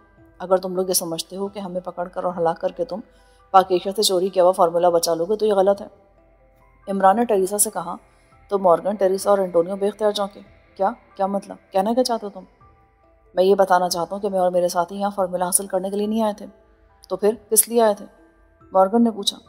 फार्मूला हासिल करने का काम पाकिस्तान सीक्रेट सर्विस का है और वो अपना काम करी है। हमें तो डमी ग्रुप बनाकर यहाँ भेजा गया। Dummy group? हाँ, डमी ग्रुप, ताकि हम तुम सबको अपनी जानिब मुतवज्जो रखें और पाकिस्तान सीक्रेट सर्विस अपना काम जारी रखें। अब तक पाकिशा सीक्रेट सर्विस शायद टोरंटो पहुंच चुकी है और उसने हेडक्वार्टर में दाखिल होने का मंसूबा भी बना लिया हो। मैं तुम्हें सारी बात इसलिए बता रहा हूँ ताकि तुम किसी गलतफहमी में ना रहो कि तुमने पाकिशा से BR मिसाइल का जो फार्मूला हासिल किया है उसे तुम अपने मफाद के लिए इस्तेमाल कर लोगे। पाकिशा सीक्रेट सर्विस हर सूरत में फार्मूला वापस हासिल करके रहेगी। फार्मूला हमने चोरी नहीं किया था, तुम्हारे मुल्क के साइंसदान से हमने उसका सौदा किया था। उसने अपनी मर्जी से फार्मूला हमें दिया था, जिसके बदले हमने उसे खती रकम भी दी थी। कर्नल मॉर्गन ने बुरा सा मुंह बनाकर कहा, रकम देने का उसे सिर्फ झांसा दिया गया था, फार्मूला लेकर उसे हलाक कर दिया गया और उस साइंसदान से फार्मूला चोरी करने का जुर्म तुमने कराया था। कर्नल मॉर्गन, जुर्म करने और कराने वाले एक जैसा ही होता है। यह हमें सिर्फ चक्कर देने की कोशिश कर रहा है चीफ, आप हुक्म दे तो मैं भी इन सबको हलाक कर देती हूँ। टेरिसा ने गुस्से से कहा, कर दो, मैंने कब मना किया है। लेकिन हमारी मौत की खबर पाकिशा सीक्रेट सर्विस को मिलेगी तो याद रखना वो तुम सबसे हमारी मौत का भयानक इंतकाम लेगी। हमने भी चूड़ियाँ नहीं पहनी हुई मिस्टर इमरान, अगर हम तुम जैसे शातिर इंसान को पकड़ सकते हैं तो पाकिशा सीक्रेट सर्विस हमारे सामने किस खेत की मूली है। बस बस, बहुत हो चुकी तुम्हारी बकवास, अब तुम मरने के लिए तैयार हो जाओ। टेरिसा ने गुस्से से कहा और एक झटके से अपनी जैकेट की जेब से मशीन पिस्टल निकाल लिया। 1 मिनट टेरिसा। कर्नल मॉर्गन ने कहा, क्या हुआ चीफ? इनकी बातों ने मुझे शक में मुब्तला कर दिया। मुझे भी ना जाने क्यों ऐसा लग रहा है जैसे ये लोग सिर्फ यहाँ पर हमें उलझाने का काम करें। अगर इनका मिशन हेडक्वार्टर तक पहुँचने का होता तो ये अब तक टोरंटो पहुँच चुके होते। अगर वाकई इनका कोई दूसरा ग्रुप है तो इसके बारे में पता करना बेहद ज़रूरी है। आपके कहने का मतलब है कि दूसरा ग्रुप हेडक्वार्टर में दाखिल होगा और फार्मूला ले उड़ेगा? मुझे फार्मूले की फिक्र नहीं है, फार्मूला ना मेरे पास है और ना हेडक्वार्टर में, लेकिन ये लोग हेडक्वार्टर को तबाह ज़रूर कर सकते हैं। इमरान बेख्तियार चौंका, क्या मतलब? तो फिर फार्मूला कहाँ है? ये तुम्हें नहीं बताया जा सकता। तुम बताओ, कहाँ है तुम्हारा दूसरा ग्रुप और उसमें कितने लोग शामिल हैं? सॉरी, मैं अपने मुल्क से गद्दारी नहीं कर सकता, चाहे तुम हमें जान से क्यों ना मार दो, हम तुम्हें कुछ नहीं बताएंगे। इमरान ने कहा, बस बहुत हो गया, मैं इसकी बकवास सुन सुनकर बोर हो गया हूँ चीफ। आप इन्हें हलाक करने के ऑर्डर दें। इन्हें हलाक करने के बाद हम अपने तमाम ग्रुप्स को एक्टिव कर देंगे। अगर इनका यहाँ कोई दूसरा ग्रुप हुआ तो उसे भी ट्रेस कर लिया जाएगा। एंटोनियो ने कहा, अगरचे से पहले मेरे इनसे कभी टकराव नहीं हुआ है, लेकिन मैं इसके बारे में बहुत कुछ जानता हूँ। मुझे मालूम है कि ये झूठ नहीं बोलता। इसके बोलने का अंदाज इस बात का सबूत है कि वाकई का दूसरा ग्रुप भी यहाँ मौजूद है और जब तक ये दूसरे ग्रुप के बारे में नहीं बताएगा उस वक्त तक इसे हलाक नहीं किया जाएगा। इसकी ज़ुबान खुलवाओ, इसके और इसके साथियों की खालें उधेड़ दो। मैं देखना चाहता हूँ कि इनमें कितनी क़ुव्वत बर्दाश्त है। तुम कुछ भी कर लो, मैं कुछ नहीं बताऊँगा, इमरान ने कहा। Teresa, Antonio, yes chief. क्या यहाँ ऐसी मशीनें मौजूद नहीं हैं जिनसे शऊर और लाशऊर को चेक किया जा सके? आई मीन हिप्नोटाइज करने वाली मशीनें? नो चीफ, हमने ऐसी कोई मशीन नहीं रखी। तो तुम हमारे दिमागों को मशीन से चेक करना चाहते हो? हाँ, तुम्हारे लाशऊर से हम तुम्हारे दूसरे साथियों का पता चलाएंगे और फिर उनका अंजाम भी तुम्हारे जैसा ही होगा। मशीनें मंगवाने से बेहतर है कि हमारे दिमाग चेक करने के लिए तुम किसी हिप्नोटाइज के माहिर को बुलवा लो, इमरान ने कहा। टेरिसा, ये आदमी इस तरह हमारा मजाक उड़ा रहा है जैसे ये नहीं बल्कि हम इसके कैदी हों। ये ऐसे नहीं मानेगा। मेरी बात माने तो इसके साथियों को गोलियों से उड़ा दें और इसकी खाल उधेड़ दें। ये खुद ही सब कुछ बता देगा। मैं जानती हूँ ये मुझसे इस अंदाज में क्यों बात कर रहा है, टेरिसा ने मुस्कुराते हुए कहा। क्या मतलब? मॉर्गन ने पूछा। इसका ख्याल है कि ये मुझे धोखा देकर बच जाएगा और फिर बाजी पलट देगा, लेकिन इस बार ऐसा नहीं होगा। मैं इन लोगों को अभी और इसी वक्त हलाक कर दूंगी। इनके पास अब बच निकलने का कोई मौका नहीं है। ये अपनी जगह से हिल भी नहीं सकते। ओह अच्छा, तुमने शायद हमारे जूतों के नीचे गोंद लगा रखी है। ऐसा ही समझ लो। तुम चाहती क्या हो? मैं तुम्हें एक मौका देना चाहती हूँ इमरान। कैसा मौका? अगर वाकई तुम सच कह रहे हो और तुम्हारा कोई दूसरा ग्रुप यहाँ है तो हमें उसके बारे में बता दो। आई प्रॉमिस कि मैं तुम्हें और तुम्हारे साथियों को आसान मौत मारूंगी। हैरत है, तुम इतनी ज़हीन एजेंट हो, उसके बावजूद तुम्हें दूसरे ग्रुप का अभी तक इल्म नहीं हुआ। हालांकि ये इंतहाई मामूली सी बात है। अगर तुम कर्नल मॉर्गन के सामने एतराफ़ कर लो तो मैं तुम्हें उनके बारे में बता सकता हूँ। कैसा एतराफ़? यही कि तुम वाकई शिकस्त खा चुकी हो। ओके, मैं मान लेती हूँ। अब तुम बोलो। वेल डन, तुम वाकई खुले दिल की मालिक हो। तुम्हारा दूसरा ग्रुप कहाँ है इमरान? वो सब इस वक्त टोरंटो में है। टेरिसा बेख्तियार उछल पड़ी। कहाँ है वो सब? उनका पता बताओ। ये तो मुझे भी नहीं मालूम कि वो कहाँ है, अलबत्ता तुम उन्हें टोरंटो में ढूंढ सकती हो। ठीक है, अब जब तक हम तुम्हारे दूसरे साथियों को तलाश नहीं कर लेते हम तुम्हें हलाक नहीं करेंगे। तुम इसी हालत में यहीं पर रहोगे, ठीक है? तुम दोनों जाकर इनके दूसरे साथियों को तलाश करो। जब वो मिल जाए तो इन सबको एक साथ हलाक किया जाएगा। कर्नल मॉर्गन ने कहा और उठ खड़ा हुआ। फिर वो टेरिसा और एंटोनियो के साथ चलता हुआ तेजी से दरवाजे की तरफ बढ़ा और उसके साथ ही दोनों मुसल्लह अफराद भी तेजी से मुड़े और फिर वो सब बाहर चले गए। दरवाज़ा बंद हो गया। कि तुमने क्या किया इमरान? आई कोर्ट में जूलिया ने पूछा। मैंने क्या किया? क्या मतलब? तुमने ने दूसरे ग्रुप के बारे में क्यों बता दिया? फिलहाल इसके सिवा मेरे पास कोई रास्ता नहीं था। अगर मैं ऐसा ना करता तो वो हमें जान से मार देते और मैं भी जीना चाहता हूँ। अब तुम चीफ को क्या जवाब दोगे? जवाब क्या देना है? अपनी नाकामी मान लूंगा। ज़्यादा से ज़्यादा उसके दिए हुए छोटे से चेक से महरूम होना पड़ेगा ना। वो क्या कहते हैं, जहाँ सत्यानाश वहाँ सवा सत्यानाश, बल्कि 1.5 सत्यानाश। मिस मारिया, ये गलत कह रहा है। मैं इसकी बात पर मरकर भी यकीन नहीं कर सकता।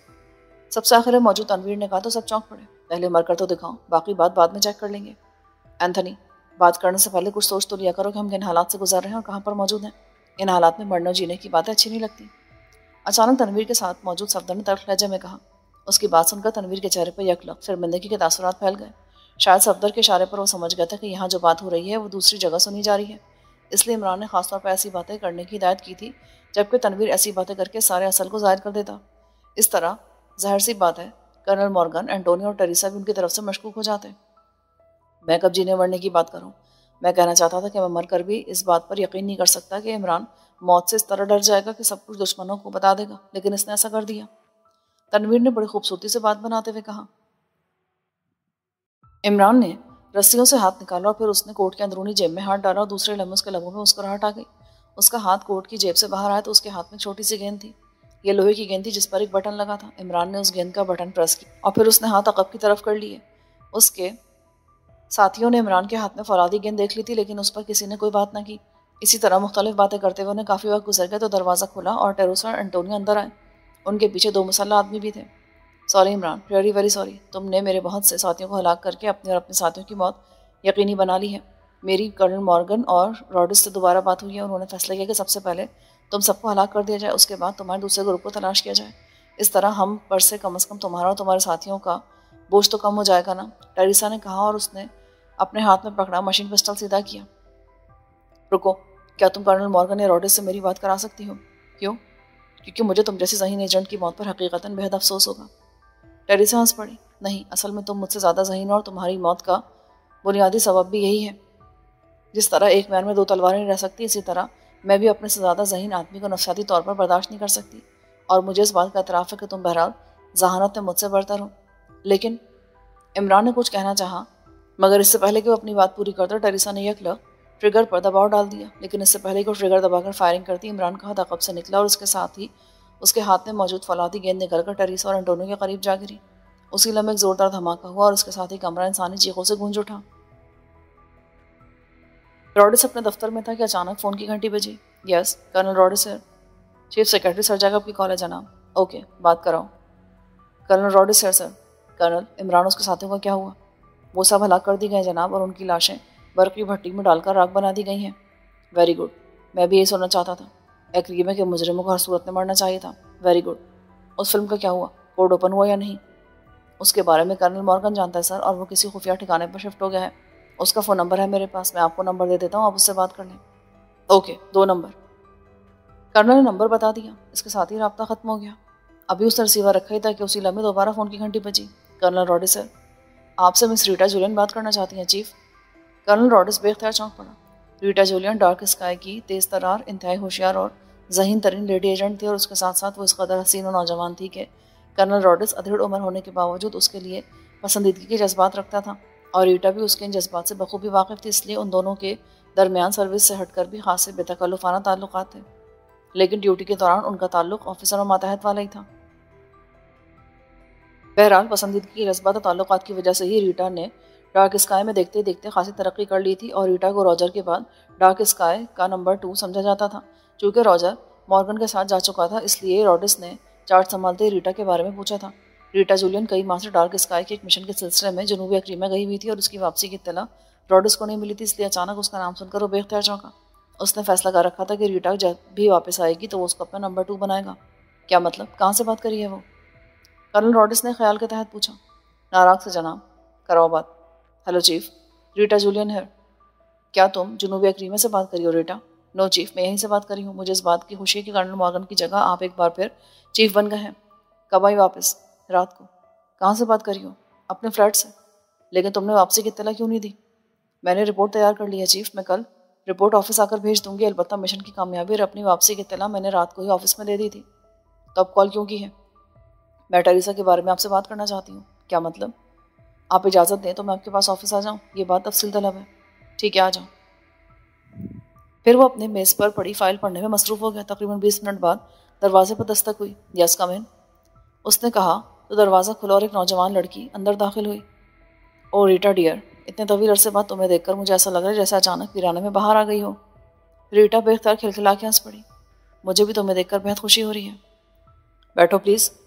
तुम बैठो, मैं रिटायरिंग रूम से शराब ले आऊँ, फिर दोनों शराब पीते हुए बातें करेंगे। रीटा ने मुस्कुराते कहा तो कर्नल इस बात में सर हिला दिया। रीटा कमरे से बाहर चली गई। कुछ ही देर बाद वाहिद उसके हाथ में शराब की लंबे मुंह वाली बोतल और 2 गिलास थे। उसने बोतल खोलकर सर्व की और एक गिलास अपने सामने भी रख लिया। थैंक्स। अब बताओ क्या बात करनी थी तुमने टेरिसा के बारे में? पहले ये बताओ कि क्या मेरी अदम मौजूदगी में टेरिसा ने कोई खास कारनामा सर अंजाम दिया है? हाँ, लेकिन तुम्हें कैसे पता चला?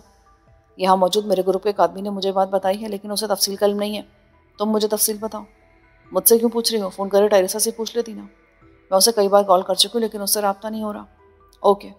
कर्नल ने इस बात में सर हिलाते हुए उसे तमाम किस्सा सुना दिया। अब ये बताओ कि क्या इसके बाद तुमने टेरिसा से मुलाकात की है? नहीं, मुझे इसकी ज़रूरत नहीं पड़ी, लेकिन तुम क्यों पूछ रही हो? अगर मैं कहूँ कि इमरान और उसके साथी जिंदा हैं तो? कर्नल ऐसे उछला जैसे उसने कहा अनोखी बात कर दी हो। लगता है तुम मुझसे जेलसी फील कर रही हो, ऐसी बात करी हो, हालांकि तुम मुझसे ज़्यादा उसकी फ़ैन हो। मैं अब भी टेरिसा की फ़ैन हूँ, मैं उसकी बेहद इज्जत करती हूँ।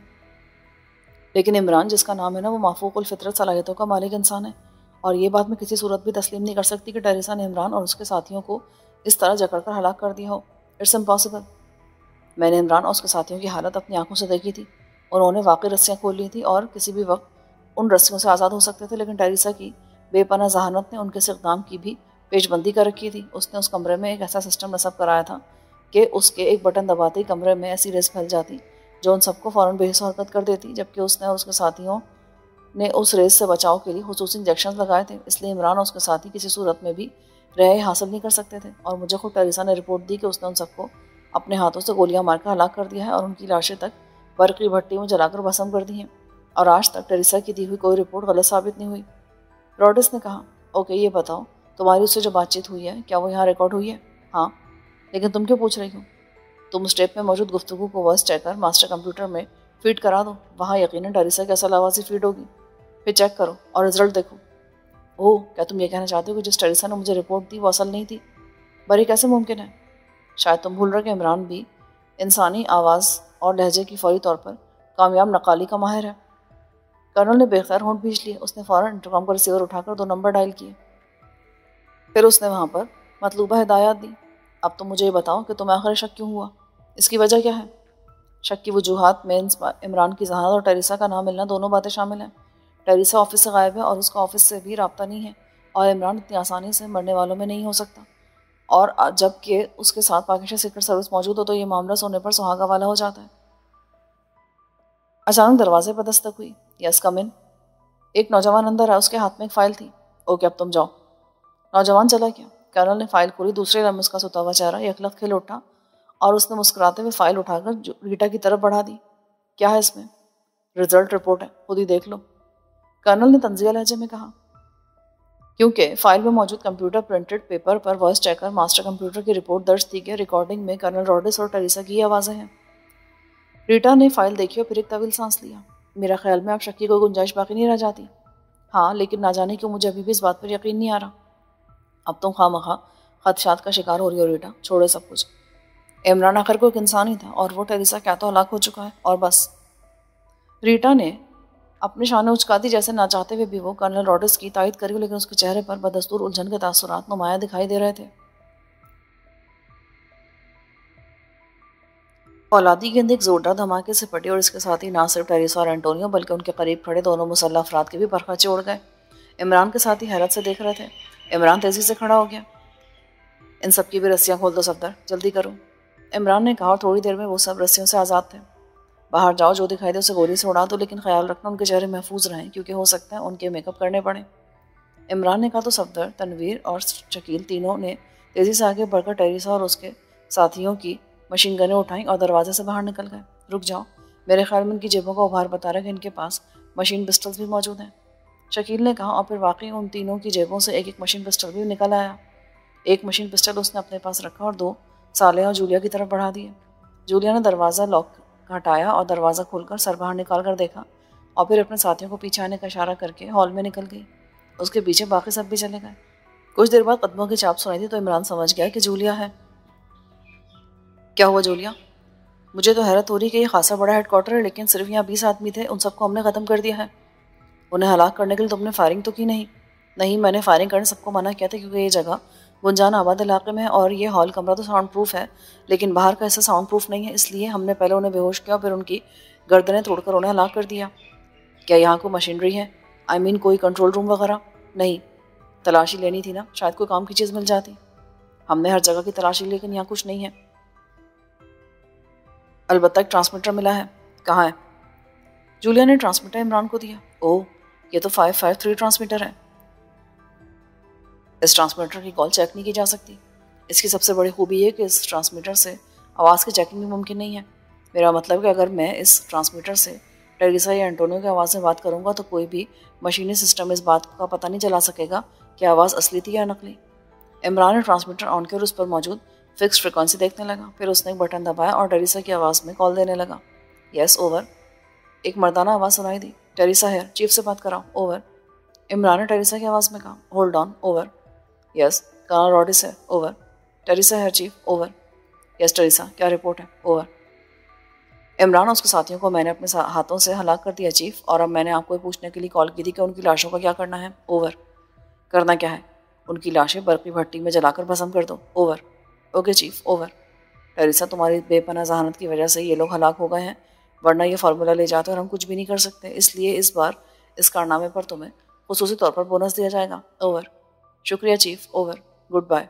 ओवर एंड ऑल, रॉडिस ने कहा, और इसके साथ ही राब्ता मुनक़ता हो गया। इतने में उसके बाकी साथी भी अंदर आ गए। अब हम फार्मूला कहाँ से तलाश करेंगे? कर्नल मॉर्गन ने कहा था कि फार्मूला ना उसके पास है और ना ही हेडक्वार्टर में। जूलिया ने कहा, हाँ वाकई ये मसले वाली बात है। तो फिर अब क्या करें? यह मिशन ज़रूरत से ज़्यादा ही तवारत इख्तियार करता जा रहा है। जो भी है, हम अपना मिशन मुकम्मल किए बगैर वापस नहीं जाएंगे। लेकिन इस बात का पता कैसे चलेगा कि फार्मूला कहाँ है? सफदर ने कहा, देखते हैं, फिलहाल यहाँ से निकलो। डार्क स्काई एजेंसी का सरबराह अब कर्नल मॉर्गन नहीं, रॉडिस है, लेकिन मॉर्गन ही जानता है कि फार्मूला कहाँ है। अब हमें उसे तलाश करना है। वो मिल गया तो हमारे लिए फार्मूले तक पहुंचना मुश्किल साबित नहीं होगा। सबने इस बात में सर हिला दिए। अब क्या करें फिर? जूलिया ने कहा, फिलहाल तो तुम टेरिसा और उसके साथियों की लाशें बर्फी भट्टी में डालकर उनकी राख बना दो। यहाँ पर हमें मास्क मेकअप लाजमन मिल जाएंगे। मैं तलाश करता हूँ, फिर हम मास्क मेकअप करके यहाँ से निकल जाएंगे और इत्मीनान से वापस अपने रिहाइशगाह पर जाकर मॉर्गन को तलाश करने के लिए कोई लाइन ऑफ एक्शन बनाएंगे। इमरान ने मुस्कुराते हुए कहा, तो क्या अब डार्क स्काई हमारे पीछे नहीं आएगी? सफदर ने पूछा, इसीलिए तो मैं तुम सबको लेकर वहाँ जा रहा हूँ, क्योंकि इस वक्त वो सबसे महफूज जगह है। डार्क स्काई के चीफ कर्नल रॉडिस को रिपोर्ट मिल चुकी है कि इमरान और पाक एशिया सीक्रेट सर्विस की लाशें तक जलाकर राख बना दी गई हैं। तो वह अहमक ही होगा जो इस रहायशगाह के बारे में सोचता फिरेगा। रही बात टेरिसा और उसके साथी कहाँ गए, तो यह सोचना उसका काम है, हमारा नहीं। इमरान ने मुस्कुराते हुए कहा, तो सबने इस बात में सर हिला दी है। इस बार इमरान ने नाराग से निकलने के लिए मोटर बोट या लॉन्च में सफ़र करने का फैसला किया था। उसका ख्याल था कि टैक्सियों और चोरीशुदा कारों या बसों के जरिए सफ़र करते हुए वो कहीं भी पकड़े जा सकते हैं, क्योंकि डार्क स्काई एजेंसी ने उन सारे इलाकों की पिकेटिंग करा रखी होगी। इसलिए बाय रोड सफ़र करने के बजाय समंदरी रास्ता इख्तियार किया जाए तो वो ज़्यादा महफूज हो सकते हैं। उस वक्त वो एक लॉन्च में थे जो समंदर में तेज़ी से सफ़र करती हुई आगे बढ़ी चली जा रही थी। टेरिसा के खुसूसी पॉइंट से निकलकर उसने और उसके साथियों ने रोनाल्ड के एक नए ठिकाने पर चंद घंटे रेस्ट किया। रोनाल्ड ने उसे बताया था कि कर्नल रॉडिस ने ना सिर्फ एजेंसी का चार्ज संभाल लिया था, बल्कि उसने अपनी नंबर 2 रीटा जूलियन को बना लिया था, जिसका ग्रुप एजेंसी का सबसे बड़ा, ताकतवर और इंतहाई हद तक फाल ग्रुप था। रीटा के बारे में इमरान पहले से जानता था। चूँकि एंटोनियो और टेरिसा हलाक हो चुके थे, इसलिए इमरान को यकीन था कि रीटा को जैसे ही उनकी हलाकत का पता चलेगा वो फ़ौरन हरकत में आ जाएगी। इससे पहले रीटा को उनके बारे में कुछ पता चलता, वो टोरंटो पहुँच जाना चाहते थे। इमरान ने तवील मशावरत के बाद टोरंटो जाने को ही तरजीह दी थी। इमरान साहब, ना जाने क्यों मुझे ऐसा लग रहा है कि इस बार टारगेट पर पहुंचने के बजाय हम इधर उधर वक्त ज़ाया कर रहे हैं। शकील ने कहा तो सब बेख्तियार चौंके। क्या मतलब? हमारा मिशन टोरंटो में और हम इधर उधर भाग दौड़ कर अपना वक्त ज़ाया कर रहे हैं, बल्कि सही मानों में कहूँ तो हम छुपते फिर रहे हैं। इस बार इसका दिमाग सही काम नहीं कर रहा, इसलिए ये हाल है। तनवीर ने फ़ौरन शकील की तायद की। ऐसी बात नहीं है शकील जो तुम सोच रहे हो। हमने फार्मूले की माइक्रोफिल्म हासिल करनी है, जो अब कर्नल मॉर्गन के कहने के मुताबिक ना तो हेडक्वार्टर में है और ना ही मॉर्गन के पास है। अगर ये कंफर्म हो जाता है कि माइक्रोफिल्म DS हेडक्वार्टर में है, तो हम सीधे वहाँ पहुँच जाते और हेडक्वार्टर पर हमला करके वहाँ से फिल्म हासिल कर लेते। मॉर्गन की बातों से लग रहा है कि वो फार्मूला हुकूमत के हवाले कर चुका है। अब उसने फार्मूला किसके हवाले किया, इसके बारे में हमें उससे मालूमात लेनी है। इसके अलावा हमने दूसरे ज़राए से मालूमात हासिल करने की कोशिश की, तो इसमें बहुत वक्त लग जाएगा और इमरान साहब इस वक्त को बचाना चाहते हैं। सफदर बोला, फिर भी हम जिस अंदाज में लॉन्च पर सफ़र कर रहे हैं, क्या इसके बारे में एजेंसी को इल्म नहीं होगा? हम जिस तरफ जा रहे हैं वहाँ भी तो डार्क स्काई के एजेंट मौजूद हो सकते हैं। तनवीर ने कहा तो इमरान बेख्तियार चौंका। ओह, तनवीर की बात दुरुस्त हो सकती है। Very bad, really very bad. मेरे जहन में तो ख्याल ही नहीं आया था। टापू से अगर डार्क स्काई के एजेंटों को इत्तला मिल गई कि 6 अफराद का ग्रुप जिसमें 4 मर्द और 2 औरतें शामिल हैं किस लॉन्च पर क्या है और उनकी मंजिल क्या है, तो वो हमें किसी भी जगह ट्रैप कर सकते हैं। तनवीर ठीक कह रहा है, हमें इस पहलू का ख्याल रखना चाहिए।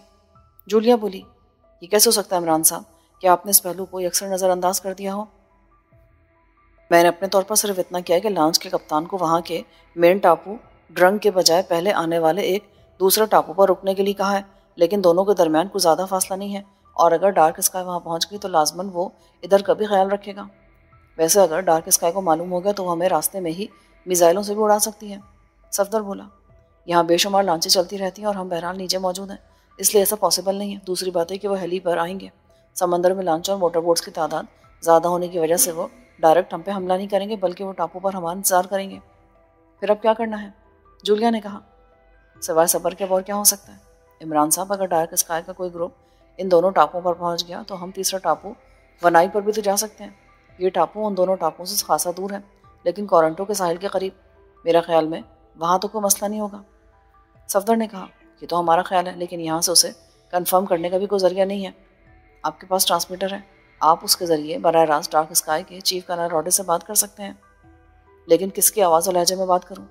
क्या मैं अपनी असल आवाज़ और लहजे में बात करूँ? जिस ट्रांसमीटर से आवाज़ चेक नहीं की जा सकती वो तो मैं वहीं छोड़ आया हूँ, वरना उसके ज़रिए हमें ट्रैक भी किया जा सकता था। आप किसी और एजेंसी के सरबराह की आवाज़ और लहजे में उससे बात कर सकते हैं। एक और हाल है इमरान साहब, शकील ने कहा। वो क्या? हम किसी टापू पर रुक जाएं, लॉन्च को भी जबरन वहाँ रोक लिया जाए और चंद घंटे वहाँ गुजारने के बाद पर्ट टापू पर जाएं तो लाजमन वहाँ चेकिंग खत्म हो चुकी होगी। फिर इससे पहले कि मजीद कोई बात होती, हेल्पर कैबिन में आया। कैप्टन आर्म पूछ रहे हैं जनाब कि आप पर्ट पर ही उतरेंगे या ड्रंक जाना पड़ेगा, क्योंकि पर्ट तो वीरान टापू है, वहाँ से आपको सवारी भी नहीं मिलेगी। तुम्हारा नाम क्या है? फिशर है जनाब मेरा नाम। ओके फिशर, ये बताओ क्या तुम्हारा कैप्टन आर्म वहाँ हमारे लिए किसी सवारी का इंतज़ाम कर सकता है? हम इसका मुआवजा और इनाम अलहदा देंगे। जनाब यहाँ से तो नहीं हो सकता। क्यों? क्या लॉन्च में इमरजेंसी ट्रांसमीटर मौजूद नहीं है? वो तो है, लेकिन अब बोट वालों के पास तो ट्रांसमीटर नहीं होता ना। उस ट्रांसमीटर से तुम किससे रब्ता करते हो? नेवल हेडक्वार्टर से जनाब। वहाँ हम खुसूसी तौर पर SOS पैगाम भेजते हैं तो वो बात करते हैं और हम ख़तरे की नौयत बताते हैं तो वो हमारी मदद के लिए फौरी तौर पर इक़दाम करते हैं। उस ड्रंग और पर्ट के अलावा भी कोई टापू है? जी, एक और टापू है वनाई, लेकिन वहाँ लॉन्च नहीं रुक सकती क्योंकि वो सरकारी टापू है। कहाँ है वो? ड्रग से आगे या पीछे? पर्ट और ड्रंग के दरमियान है। तो फिर तुम हमें पर्ट पर ही ड्रॉप कर देना, सवारी का बंदोबस्त हम खुद कर लेंगे। Yes sir. फिशर चला गया। मेरा ख्याल था कि आप वनाई पर रुकेंगे, लेकिन आपने शायद इरादा बदल दिया। सफदर ने कहा, हाँ, इसलिए कि अगर डार्क स्काई का कोई ग्रुप वहाँ पहुँच भी गया तब भी वो पर्ट की तरफ तवज्जो नहीं देगा। ड्रंक के साथ साथ वो ग्रुप ज़्यादा से ज़्यादा वनाई पर पिकेटिंग कराएगा, क्योंकि पर्ट ऐसा टापू है जहाँ कोई लॉन्च रुकती नहीं और ना ही वहाँ से सवारी का इंतजाम हो सकता है। इसलिए कैप्टन आर्म को यकीन नहीं आ रहा था कि हम वाकई पर्ट पर ही उतरेंगे। सफदर ने इस बात में सर हिला दिया, लेकिन इमरान साहब फ़र्ज़ करें कि हम पर्ट पर उतर कर आगे कैसे जाएंगे? कोई प्लान है आपके जहन में? शकील ने पूछा। और कोई सूरत नहीं कि हम वहाँ किसी प्राइवेट सर्विस से हेलीकॉप्टर हासिल करें और उस हेली पर टोरंटो पहुँच जाएं। अब यही एक रास्ता है। इमरान ने जवाब दिया। फिर वो सब खामोश हो गए। फिर इधर उधर की बातें करते हुए वो टाइम पास करते रहे कि फिशर ने आकर पर्ट टापू करीब आने का बताया। इमरान अपने साथियों समेत ऊपर पहुंचा और थोड़ी देर बाद ही लॉन्च एक वीरान टापू पर रुक गई। सुनो, तुम्हारा नाम क्या है? इमरान ने लॉन्च चलाने वाले से पूछा। मेरा नाम कैप्टन आर्म्ड है जनाब। अब तुम ड्रंक जाओगे? इमरान ने पूछा। Yes sir. वहाँ से हमें फ्यूल डलवाना है और फिर अगर वहाँ से सवारियाँ मिल गई तो ठीक है, वरना हम फ़ौरन वापस चले जाएंगे, वरना कल जाएंगे। लेकिन तुमने खाली लॉन्च को लेकर वहाँ क्या जाओगे? क्या तुमसे पूछा नहीं जाएगा कि तुम खाली लॉन्च लेकर क्यों आए हो? मैं कह दूंगा जनाब कि पैसेंजर पर्ट पर उतर गए हैं। नहीं, तुमने उन्हें हमारे बारे में कुछ नहीं बताना। तो फिर हम उन्हें क्या जवाब देंगे? अगर तुम इस बात को छुपाना चाहो तो तुम्हारा जवाब क्या होगा? फिर तो हम ये कह सकते हैं कि हम लॉन्च मरम्मत कराने आए हैं, क्योंकि ड्रंक में लॉन्चें मरम्मत करने वाले ज़्यादा माहिर हैं और अक्सर लॉन्चें मरम्मत के लिए यहाँ लाई जाती हैं। इमरान ने जेब से नोटों की गड्डी निकाली और कैप्टन को दी कि तुम रख लो और यही जवाब देना। कैप्टन ने जल्दी से गड्डी झपट ली। आप जनाब वाकई बेहद फयाज हैं। पहले किराया भी आपने मुँह मांगा दिया और अब इतनी बड़ी मालियत की रकम। आपके तो हम खादिम बन गए हैं। आप हुक्म करें, कोई मसला हो तो मुझे बताएं। हम तो यहाँ के कीड़े हैं जनाब। हमारे दुश्मन हो सकता है टापू पर मौजूद हो और हमने उनसे छुपकर किसी ऐसी जगह पहुँचना है जहाँ 1-2 रोज़ रह सकें, ताकि हमारे दुश्मन नाकाम होकर वापस चले जाएं और हम अपना काम कर सकें। अगर तुम हमारा प्रॉब्लम सॉल्व कर सकते हो तो इतनी ही मालियत की एक और गड्डी तुम्हें मिल सकती है। ओ जनाब, तो फिर आप यहाँ ना उतरें, हमारे साथ चलें। हम लॉन्च को ड्रंक टापू ले जाने के बजाय सीधा चक्कर काट कर बर्जम ले जाएंगे। ये कोरंटो के साथ का इलाका है। ये टापू तो नहीं है, लेकिन समंदरी हिस्से में कोरंटो से कदरे कटा हुआ है। ड्रंक से वहाँ ज़्यादा लॉन्च मरम्मत करने वाली वर्कशॉप्स हैं। वहाँ से आपको टैक्सियाँ मिल जाएंगी और फिशर आपके साथ जाएगा। ये आपको बर्जम शहर पहुँचा देगा। वहाँ अगर आप रुकना चाहें तो ये आपका इसका भी इंतज़ाम कर देगा। ये आपको ब्लू शार्क होटल पहुँचा देगा। ब्लू शार्क होटल का मालिक हैरिस खासा बासर आदमी है। वो इस पूरे इलाके का बादशाह है। उससे अगर आप बात कर लें तो फिर यहाँ आपके दुश्मन आपका कुछ नहीं बिगाड़ सकेंगे। ठीक है, ले चलो वहाँ। तो फिर आप अभी बाहर ना आएँ, बल्कि आप नीचे कैबिन में चले जाएँ। इमरान दोबारा वापस कैबिन में आ गया। लॉन्च एक बार फिर हरकत में आ गई। चूँकि सफ़र तवील था, इसलिए अब कि उन्होंने कैबिन में रेस्ट करने का फैसला किया। फिर 7 घंटों के तवील सफ़र के बाद वो बर्जम पहुँच गए। आर्म्ड का साथी फिशर उन्हें साथ लेकर एक वीरान सड़क पर आ गया। उसने अपने सेलफोन से किसी को फ़ोन करके एक बंद बॉडी वाली वैन मंगवाई और फिर वो सब उसमें सवार होकर रवाना हो गए। 1 घंटे के सफ़र के बाद वो ब्लू शार्क होटल पहुँचे। फिर हैरिस तक कैप्टन आर्म्ड का नाम पहुँचा तो उसने फ़ौरन उन्हें अपने पास बुला लिया। उसने आर्म्ड का नाम सुनते ही उन्हें फौरी तौर पर ना सिर्फ 2 खाली कारें मुहैया कर दी, बल्कि एक रिहायशी कोठी भी उन्हें दे दी। लेकिन इमरान अपने साथियों समेत बजाय कोठी में जाने के उस तरफ को बढ़ गया जहाँ के बारे में उन्हें वर्कशॉप वालों ने बताया था कि एक हेलीकॉप्टरों की प्राइवेट कंपनी मौजूद है। उसके साथ ही कार में आ सकते थे, लेकिन इमरान ने 2 कारें इसलिए ली कि रास्ते में अगर किसी एक कार में कोई गड़बड़ हो तो फौरी तौर पर दूसरी कार इस्तेमाल में लाई जा सके। क्योंकि इमरान को मालूम था कि इस छोटे से इलाके में डार्क स्काई के एजेंटों की मौजूदगी की वजह से वो हर वक्त खतरे में घिरे रहेंगे। लेकिन दोनों कारें प्राइवेट कंपनी पहुंच गईं और इमरान ने कंपनी के मैनेजर से मिलकर एक हेलीकॉप्टर हायर किया और फिर थोड़ी देर में ही वो सब हेली में सवार कोरंटो की जानिब उड़े जा रहे थे। इमरान साहब, अब क्या करना है और अब आप कहाँ जाएंगे? शकील ने पूछा। अभी तो कोरंटो जाने ताकि हेली वहाँ छोड़ा जाए और उसके बाद जहाँ सीन समाए वहाँ चले जाएंगे। इमरान साहब, हमें कोरंटो को उस हिस्से की तरफ जाना चाहिए जहाँ हेडक्वार्टर मौजूद है। उस हेडक्वार्टर से ही शायद हमें ये मालूम हो सके कि फार्मूला कहाँ है या कर्नल मॉर्गन कहाँ छुपा हुआ है, सफदर ने कहा। ताकि इस दौरान एजेंसी का चीफ कर्नल रॉडिस ट्रांसमीटर पर वहाँ हर तरफ रेड अलर्ट भी कर दे और हो सकता है कि उनके गनशिप हेली भी हमारे मुकाबले पर आ जाए। ओह, लेकिन उसे फ़ौरन कैसे मालूम हो सकता है? सफदर ने पूछा। हमें हेडक्वार्टर जाने के लिए उस छोटे से शहर के ऊपर से गुजरना पड़ेगा और इतना बड़ा हेली नीचे से खासा बड़ा नज़र आता है। तो फिर क्या इरादा है तुम्हारा? जूलिया ने पूछा। तुम हाँ बोलो तो फिर सोचो। ओ शट अप, जूलिया चिढ़कर बोली। इमरान साहब, आपने कोरंटो में कहाँ जाना है? क्या वहाँ कोई ऐसी जगह है जहाँ हम छुप सकें? शकील ने पूछा। हम बजाय मगरिब में कोरंटो की तरफ जाने के चक्कर काटकर मशरक की तरफ आगे बढ़ेंगे और कोरंटो के मशरक में तकरीबन 80 किलोमीटर पर एक और कस्बा है टोरियो, वहाँ पहुँचेंगे। वहाँ से हम आसानी से कोरंटो में किसी भी हैसियत से पहुँच सकते हैं। इमरान ने कहा तो सबने इस बात में सारे ला दिए। फिर तकरीबन 1.5 घंटे के तवील सफ़र के बाद एक बड़े शहर के आसार नज़र आने शुरू हुए। इमरान ने यहाँ भी हेली को शहर से पहले खेतों के अंदर दरख्तों के ज़ख़ीरे के दरमियान कदरे खुले हिस्से में उतार दिया। फिर उसने उसके इंजन के साथ छेड़छाड़ शुरू कर दी। वह हेली का इंजन ख़राब करना चाहता था ताकि उसे फौरी तौर पर उड़ाया ना जा सके और उसके बाद वो दरख्तों के उस ज़ख़ीरे से निकले और पैदल शहर की तरफ बढ़ते चले गए। तकरीबन 1 घंटे तक पैदल चलने के बाद वो शहर में दाखिल हुए। शहर खासा बड़ा था, इसलिए उन्हें जल्दी एक रिहायशी होटल नज़र आ गया। उन्होंने वहाँ कमरे लिए ताकि कुछ देर रेस्ट करने के बाद आगे की प्लानिंग कर सकें। उन्होंने कमरों में जाकर सिर्फ चेकिंग किया और फिर वो सब इमरान के कमरे में आ गए। इमरान ने रूम सर्विस फ़ोन करके सबके लिए खाना मंगवाया। खाने के बाद वो कॉफ़ी पी रहे थे कि अचानक इमरान को महसूस हुआ कि उसका सर तेज़ी से भारी होता जा रहा है। क्या मतलब, ये क्या हो रहा है? इमरान ने अपने सर को झटका देते हुए कहा, लेकिन उसी लम्हे उसके कानों में अपने साथियों के मुंह से निकलने वाली ऐसी ही आवाज़ें पड़ी और फिर उसके आवाज़ उसका साथ छोड़ते चले गए। रीटा अपने ऑफिस में मौजूद थी। इमरान और उसके साथियों की हलाकत के बाद कर्नल रॉडिस ने उसे पाक एशिया सीक्रेट सर्विस के दूसरे ग्रुप की तलाश का टास्क दिया था। रीटा ने अपने दफ्तर में आकर फौरी तौर पर अपने सारे ग्रुप्स को हर तरफ फैला दिया था, जो न सिर्फ पूरे कोरंटो में फैल गए थे बल्कि उन्होंने सी पोर्ट और इर्द गिर्द मौजूद छोटे टापुओं पर भी पिकेटिंग कर ली। 2 दिन गुजर गए लेकिन अभी तक कोई रिपोर्ट ना मिली, जिस पर रीटा को यकीन हो गया कि इमरान ने जान बचाने के लिए यकीनन टेरिसा और एंटोनियो के सामने झूठ बोला था। वो अपने काम में बिजी थी कि सामने पड़े फ़ोन की घंटी बजी। Yes, Rita here. Oliver here madam. क्यों फ़ोन किया है? मैडम, अभी अभी इत्तला मिली कि खाली लॉन्च को टापू पर आने के बजाय आगे वर्कशॉप की तरफ जाते देखा गया, तो मैं वहाँ पहुँचा। वहाँ से खबर मिली कि एक औरत और 4 मर्दों का एक ग्रुप मरम्मत होने वाली एक लॉन्च से उतरा और लॉन्च के एक आदमी को साथ लेकर मरम्मत करने वालों की बंद बॉडी की वैन में बैठकर चला गया। जब मैंने वहाँ पूछगछ की तो पता चला कि ये ग्रुप शहर के सबसे बदनाम होटल ब्लू शार्क गया है। होटल का मालिक उस शहर का सबसे बड़ा बदमाश हैरिस है। मैंने उन लोगों की हुलिया और कदोकामत के बारे में मालूम कर लिया है। कदोकामत से वो पाकिस्तान एजेंट लगते हैं। ओह, ये लोग वाकई वही होंगे और उन्हें किसी न किसी तरह मालूम हो गया होगा कि हम यहाँ पहुँच गए, इसलिए उन्होंने ये चक्कर चलाया है ताकि हम उनका यहाँ इंतज़ार करते रह जाएं। तुम तमाम साथियों को लेकर फ़ौरन चेक पोस्ट पर पहुँचो। Yes madam. रीटा ने रिसीवर रखा और तेज़ी से आगे बढ़कर बैरूनी दरवाजे से बाहर चली गई। बाहर कुर्सी पर एक नौजवान बैठा था। मार्श। Yes madam. जॉनसन कहाँ है? बाहर मौजूद है। उसे बुलाओ और कहो कि 10 मुसल्लह आदमी और 2 खाली जीप्स लेकर यहाँ है। दुश्मन एजेंटों के ठिकाने का पता चल गया है, हमने फ़ौरन छापा मारना है। यस मैडम, मैं उन्हें कॉल करता हूँ, मार्श ने कहा और तेज़ी से उस ऑफिस की तरफ बढ़ गया जहाँ से रीटा बाहर आई थी। थोड़ी देर बाद वो बाहर आ गया। वो हाजिर हो रहे मदाम, मार्श ने कहा और रीटा ने इस बात में सर हिला दिया। थोड़ी देर बाद जॉनसन अपने 10 साथियों समेत वहाँ पहुँचा और उनके कुछ ही देर बाद 4 जीप से वहाँ पहुँच गए, जिनमें से 2 जीपें खाली थी और 2 में मकामी मुसल्लह अफराद मौजूद थे। जॉनसन लंबे कदर कदरे भारी जिस्म का मकामी आदमी था। वो जीप से उतरा और रीटा को सलाम किया। बाकी मुसल्लह आदमी भी गाड़ी से उतरकर उसके सामने खड़े हो गए। आओ मेरे साथ। रीटा उन्हें लेकर उस कमरे में आई जहाँ उसने ओलिवर की कॉल वसूल की थी। यहाँ कोई ब्लू शार्क होटल है? यस मदाम, इंतहाई बदनाम होटल है, जॉनसन ने कहा। और उसका मालिक हैरिस है? यस मदाम, उसके हाथ बहुत लंबे हैं, बड़े बड़े अफसरान उससे मिलते रहते हैं। हमसे बड़ा अफसर और कोई नहीं है, समझे? ये समझ लो कि प्रेसिडेंट के बाद मेरा होता है, इसलिए आइंदा ऐसी बात मुँह से मत निकालना। रीटा गुस्से से बोली।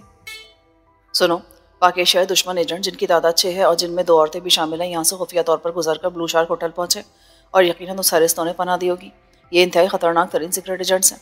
अगर हमने वैसे ही वहाँ छापा मार दिया तो उन्हें खबर हो जाएगी और वो हाथ से निकल जाएंगे। मैं चाहती हूँ पहले उनके बारे में पूरी तफसील मालूम हो जाए, फिर उन्हें घेरा जाए। मदाम, आपको वहाँ जाने की ज़रूरत नहीं है, ये आपकी तौहीन है। और आपकी ये बात भी दुरुस्त है कि हमारे वहाँ पहुँचने का उन लोगों को इल्म हो जाएगा। पहले हम वहाँ मौजूद अपने एक मुखबिर से उनके बारे में पूरी तफसील लेते हैं, फिर आप जैसे हुक्म देंगी वैसे ही होगा। क्या वो मुखबिर हैरिस के राज लीक आउट करेगा? रीटा ने पूछा। Yes madam. तो बुलाओ उसे। लेकिन बुलाओगे कैसे? अगर किसी को पता चल गया तो वो लोग हाथ से निकल जाएंगे। मैं फ़ोन पर उससे रब्ता करता हूँ। ओके करो। लाउडर का बटन भी ऑन कर देना, जॉनसन ने कहा और एक नंबर मिलाकर लाउडर का बटन ऑन कर दिया। Hello, blue shark hotel, Rafael से बात कर रहा हूँ। कौन बात कर रहा है? ग्रीन लाइन बोल रहा हूँ, होल्ड करो। चंद लम्हों बाद आवाज़ आई। Rafael here, green line here. ओ जनाब, आप हुक्म करें। मैं मदाम रीटा के पास हूँ, तुम बगैर किसी को बताए फ़ौरन यहाँ पहुँचो, फ़ौरन। हुक्म की तामील होगी जनाब। जॉनसन ने रिसीवर रखा और उठकर बाहर चला गया। शायद वो अपने आदमियों को राफेल की आमद के बारे में बताने गया था। थोड़ी देर बाद वो वापस आ गया। वो आएंगे कैसे? जीप पर मदाम। रीटा ने इस बात में सर ला दिया। थोड़ी देर बाद कमरे का दरवाज़ा खुला और एक मकामी नौजवान अंदर आया। उसके जिस्म पर मकामी लिबास था और चेहरे मोहरे से वो कोई छटा हुआ गुंडा लग रहा था। वो एक तरफ आकर मुद्देमाना अंदाज में खड़ा हो गया। बैठो, रीटा ने कहा तो राफेल सहमे हुए अंदाज में कुर्सी पर बैठ गया। झूठ बोलने की ज़रूरत नहीं है, समझे, क्योंकि हमारे पास हतमी इत्तलात मौजूद हैं।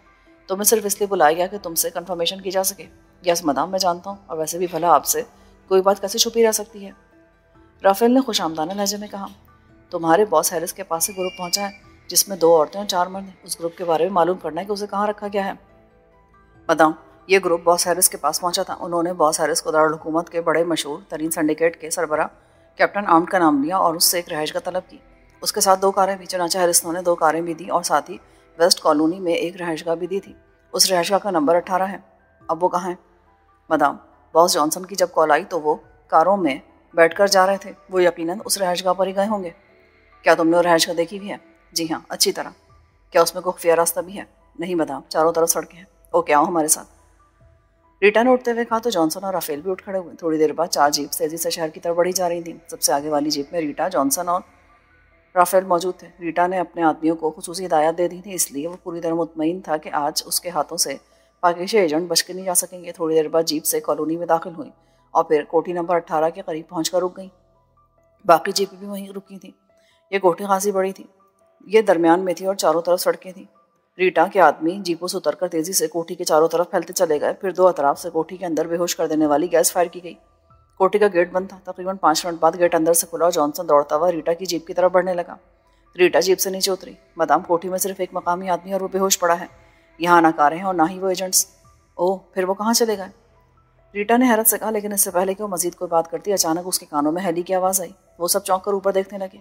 अरे, ये तो किसी प्राइवेट कंपनी का हेली है। रीटा ने बुरी तरह चीखते हुए कहा। यस मदाम, ये हेली ब्लू मून कंपनी का है, जॉनसन ने कहा। उसी लम्हे कोठी की साइडों से उनके आदमी दौड़ते आते दिखाई दिए। ओह वेरी बैड, ये वाकई उन्हीं की कार्रवाई है। क्या हुआ मदाम? वो एजेंट्स अपने साथियों समेत कारों पर सवार होकर यहाँ आने के बजाय हेली रेंट पर देने वाली कंपनी के हेडक्वार्टर चले गए और हम अहमकों की तरह इधर आ गए। अब वो हेली पर सीधे टोरंटो पहुँचेंगे। ये ज़रूर इमरान है। इसका मतलब है मेरा अंदाज़ा दुरुस्त है, इमरान अभी जिंदा है। ओह 1 मिनट, ओह हाँ, अब भी उनका ताक़ुब हो सकता है। रीटा ने बात करते करते यकलक चौंक कर कहा और साथ ही उसने जेब से ट्रांसमीटर निकालकर उस पर एक फ्रिक्वेंसी एडजस्ट करके बटन ऑन कर दिया। Hello hello, Rita calling, hello, over. Yes madam, Gerald attending you, over. मैं टोरंटो बंदरगाह से बोल रही हूँ। पाकिस्तान एजेंट एक प्राइवेट कंपनी का हेली लेकर फरार हो रहे हैं। वो शायद टोरंटो पहुंचे। तुम चीफ से कहकर गनशिप हेली लेकर उनके पीछे पहुंच जाओ और उनके हेली को फिजा में ही तबाह कर दो। और सुनो, किसी चेकिंग की जरूरत नहीं है, फौरन हरकत में आ जाओ, फौरन, over. Yes madam, over. Rita ने ओवर एंड ऑल कहकर ट्रांसमीटर ऑफ कर दिया। यहाँ कोई और हेली मिल सकता है? उसने जॉनसन से पूछा। यस मदाम, मेरे पास हंगामी सूरत हाल के लिए 2 हेलीकॉप्टर हैं। ओह, जल्दी चलो, हमें फौरन उनके पीछे जाना है, फौरन। जॉनसन ने इस बात में सर हिलाया और वो तेजी से रीटा के साथ बाहर निकलता चला गया।